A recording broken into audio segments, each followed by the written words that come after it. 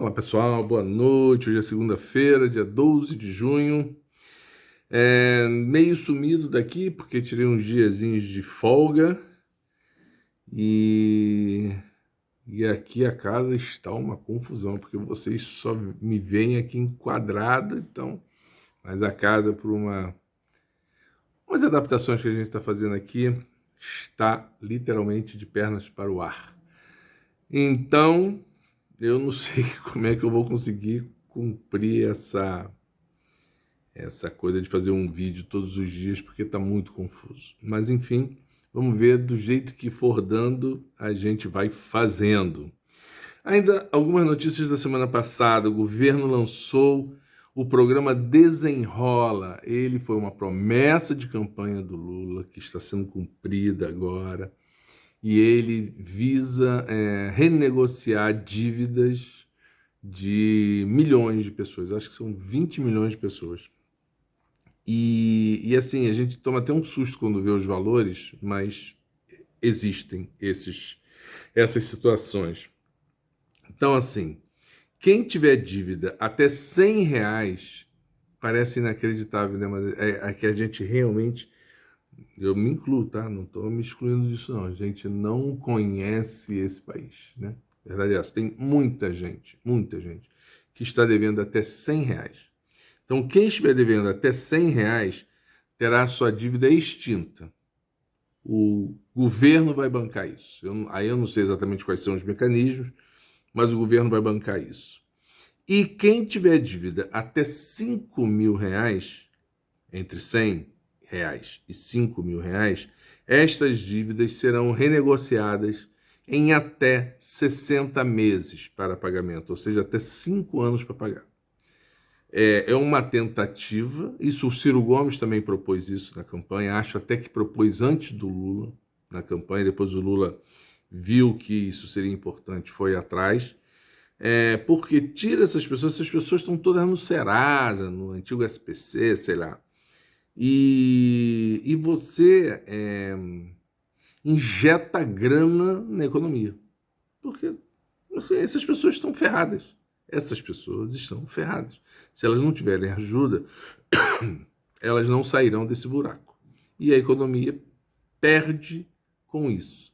Então, ganha-ganha. As pessoas resolvem um problema na sua vida, nas suas vidas, e a economia do país cresce. Vamos ver se dá certo, tem tudo para dar certo, mas é importante ressaltar de novo, é mais uma promessa de campanha sendo cumprida. Os carros mais baratos, isso não foi promessa de campanha, mas também já está tendo repercussão. Hoje termina o prazo para as montadoras dizerem se aderem ou não. Várias já aderiram e encerra o prazo, acho que é meia-noite. Então, amanhã deve sair uma lista completa. E claro, mas pô, isso aí não é o mais importante para o Brasil. Realmente não é o mais importante para o Brasil. Mas assim, atende a classe média, né? Chama de carro popular, mas na verdade nunca foi carro popular, né? Porque mesmo o carro popular, quando era carro popular, equivalia hoje a 30, 40 mil reais. Não dá para a gente pensar uma pessoa muito pobre comprando um carro de 40 mil reais. Mas isto aqui faz baratear o carro zero e faz baratear os carros usados. Então, aí a pessoa pobre consegue comprar aquele carrinho já meio desgastado e tal, mas que anda e atende a uma necessidade dela, que pode ser, normalmente é para fins econômicos. O cara usa o carrinho para o cara é marceneiro, aí usa o carro para levar o material de trabalho dele. O cara é encanador, o cara é eletricista, o cara usa o carro para vender quentinha, entendeu? Como a gente vê muito por aí. Então, assim, acaba sendo importante e é importante para a classe média. E o governo não, não atende só uma determinada faixa da população. A ideia do governo é atender a todos. O Lula sempre disse isso, claro que com prioridade para os mais pobres e pouquíssima prioridade para os mais ricos. A verdade é essa. mais uma ação do governo, também promessa de campanha. O Lula autorizou a contratação de mais 200 agentes para a Polícia Federal, agentes que estavam concursados, que estavam na lista de espera, estão sendo chamados 200 agentes. O Lula sempre disse isso, ele fez isso nos governos anteriores e já está fazendo de novo, que é fortalecer as instituições de Estado, né? E está aqui, e ele sempre disse isso, a Polícia Federal, o Ministério Público, os militares sempre foram muito fortalecidos nos meus governos, e está aqui já a PF precisando de mais agentes, é tanta bandidagem, né? Então, precisando de mais agentes, serão contratados. Outra promessa de campanha, esta aqui visando a diminuição para futuro fim da fila do INSS, 1.000 novos funcionários, também concursados, também que estavam em lista de espera de concurso, autorização para a contratação desses 1.000 funcionários novos para o INSS. Tentativa de acabar com a fila e, na verdade, repor um monte de gente que se aposentou quando veio a reforma da Previdência do Bolsonaro, caíram fora e deixaram vários órgãos, mas o INSS foi um dos mais atingidos, né? Naquela devastação que Bolsonaro fez sobre as instituições de Estado, sobre o Estado brasileiro. E Lula vem pouco a pouco, mas não temos nem 6 meses de governo, recuperando essa situação. Lula também anunciou 1,7 bilhão de reais para financiamento do agronegócio. Isso é assim há muito tempo. O governo tem que investir mesmo. Quando diz assim, o PIB bom do primeiro trimestre foi fruto do agronegócio, o Lula não tem nada a ver com isso. Tem tudo a ver, porque o governo continua lá fortalecendo o agro. O agro sozinho, apesar da pujança, sozinho eles não conseguem ser o que são. São verbas para financiamento e juros subsidiados. Também já é assim há muito tempo. Não é nenhuma novidade do Lula e do governo do Lula. Já é assim há muito tempo. Os juros deles são desse tamanho. Tem que ser, porque realmente bota, em termos da economia, do comércio exterior, etc., é muito bom. O problema, e aí a gente volta, remete... Aliás, gente, por favor, ouçam, de alguma forma, vejam, o Stedley falando, do MST, ou acho que é João Paulo Rodrigues, que é o coordenador atual do MST. Eles andaram com o Reinaldo Azevedo, dando entrevista, eles andaram com aquele Mário Conte, da Globo News, eles andaram aí dando várias entrevistas bem interessantes. O Stedley teve naquele podcast daquele Igor, que eu esqueci o nome do podcast. É impressionante como a gente desconhece a situação do MST. E aí é isso. O agro é ótimo na questão de comércio exterior, de entrada de dólares para o país, etc. e tal. Mas quem bota comida na mesa mesmo é o pequeno produtor, porque alface, tomate, cenoura, aipim, essas coisas, o agro não produz. O agro produz soja, carne, trigo, mais algumas coisas dessas chamadas commodities para o exterior, mas não para a batata, a cenoura, o tomate, essas coisas, não. O frango o agro faz, né? Então é isso, é muito importante o agro, mas é muito importante o pequeno produtor rural. E aí, gente, com tudo isso e mais algumas coisas, a inflação de maio foi 0,23, o mercado esperava 0,50, foi 0,23.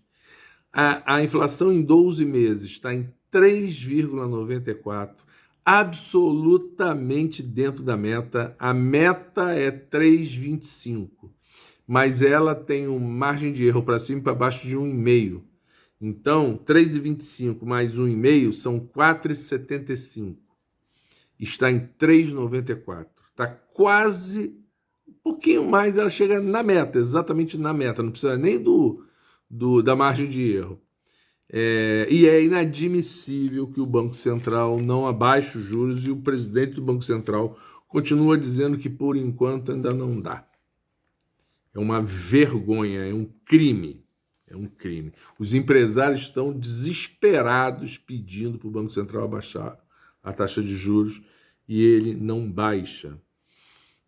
E aí é muito curioso que a imprensa, tem alguns da imprensa dizendo o seguinte: poxa, o Lula sempre dá sorte na economia, a economia no mundo melhora e o Lula fatura. É muito engraçado, porque quando o Lula toma esse monte de medida aqui e várias outras, eles dizem assim: nossa, vai ser um caos, vai ser um desastre, vai ser um desastre. É assim mesmo, é meio dramático, mas é assim mesmo que eles falam. Vai ser um desastre, tudo errado, não sei o quê, não sei o quê, não sei o quê. Aí, ele faz o que eles dizem que vai ser um desastre. E aí dá certo. Aí dá certo, quando dá certo, eles dizem assim: deu sorte. Ai, meu Deus. Então, se o Lula dá essa sorte toda, a gente tem que ter o Lula aí até ele morrer. Brincadeira. Gente, e aí para finalizar, a declaração do Trump nesse final de semana lá no evento do Partido Republicano lá deles. Porque ele é candidato à presidência de novo, né? E aí já já meio uma campanha, né? E aí ele dizendo o seguinte: olha, quando eu saí da presidência, né, não fui reeleito, quando eu saí da presidência, a Venezuela estava à beira de um colapso. Parêntese meu, colapso que, cara, tem um monte de erros do Maduro, seja na questão democrática, seja na questão econômica, seja na questão... Sim, não estamos discutindo isso. Mas muito da beira do colapso, que também é a visão do Trump, não é bem assim. Outro dia um amigo meu postou alguns vídeos de supermercados na Venezuela. Aquela imagem que passam, que tá tudo prateleira vazia e tal, pode ter sido um momento ou outro, não tem nada disso, está tudo abastecido e as pessoas estão comendo. Não é assim.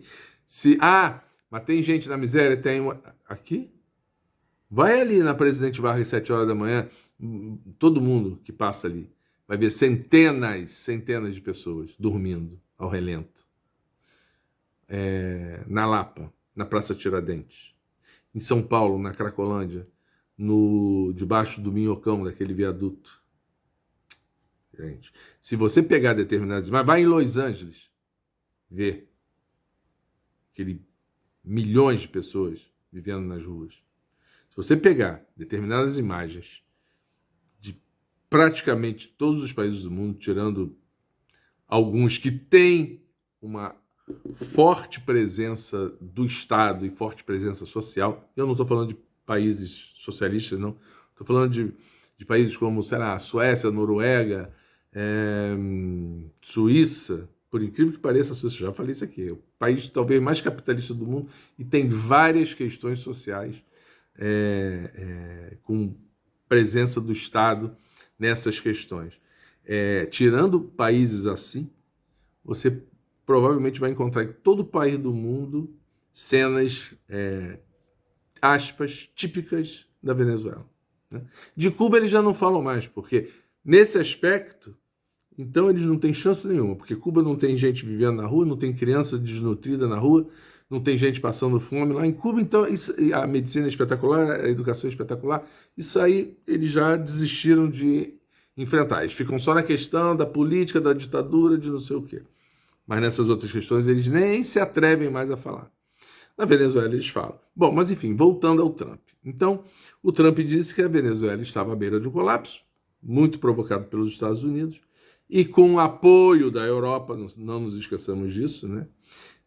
E que se ele tivesse continuado na presidência, os Estados Unidos teriam tomado o país e pego todo o petróleo da Venezuela. Gente, no outro dia, ontem, eu vi um videozinho espetacular que vai mostrando assim, é em forma de barrilzinho, né?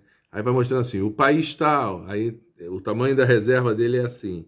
O outro. Aí tem o Brasil, assim, tem que botar na câmera, senão não adianta nada. Aí o Brasil tá assim, aí vem, aí os Estados Unidos tá assim, aí vem, não sei o que, não sei o que, aí vem lá Iraque, Irã, Arábia Saudita, Kuwait, não sei o que, não sei o que, lá. Depois disso tudo, tem a Venezuela, é assim, ó, não vai dar nem na câmera o gráfico. É este o cenário. Então a Venezuela não tem apenas a maior reserva de petróleo do mundo, ela tem disparadamente a maior reserva de petróleo do mundo. E, na verdade, muito desses ataques, isso a gente fala há muito tempo, mas aí diz, isso é coisa da esquerda, isso é coisa lá, apoiando o ditador, mas isto é. Aí o Trump vem e diz assim: mas o petróleo é de baixa qualidade, exige muito para refinar. Tá bom, pode até ser. Eu não entendo disso. Eu conheço um engenheiro de questões de petróleo que diz que é um óleo mais pesado e tal, que gasta mais dinheiro para refinar.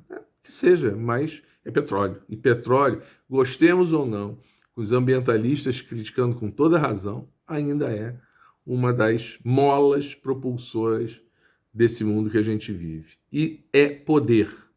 É poder. E é exatamente isso que querem evitar que a Venezuela tenha. Só que ela está saindo para o mundo. Eles andaram indo para a China, andaram indo para o Oriente Médio, tem gente do país do Oriente Médio começando a apoiar a Venezuela, apoiar nesse sentido, de fazer comércio, fazer negócio, porque os Estados Unidos impedem que os americanos façam negócio com alguns países no mundo, a Venezuela dentre eles, a Cuba e etc., e impedem que outros países também façam.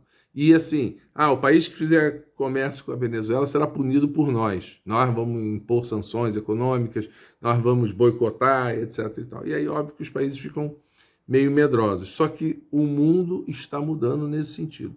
E os Estados Unidos não têm mais a liderança que pensam ter. E aí está todo mundo, quem é excluído, né, ou fica meio à margem, é esses que é o tal do sul global, né, que imbecilmente tem gente que acha que são só países do hemisfério sul. Aí um dia a Dilma falou, não, também tem países do hemisfério sul. Burra, não sabem nada. Eles é que são os burros. Até amanhã.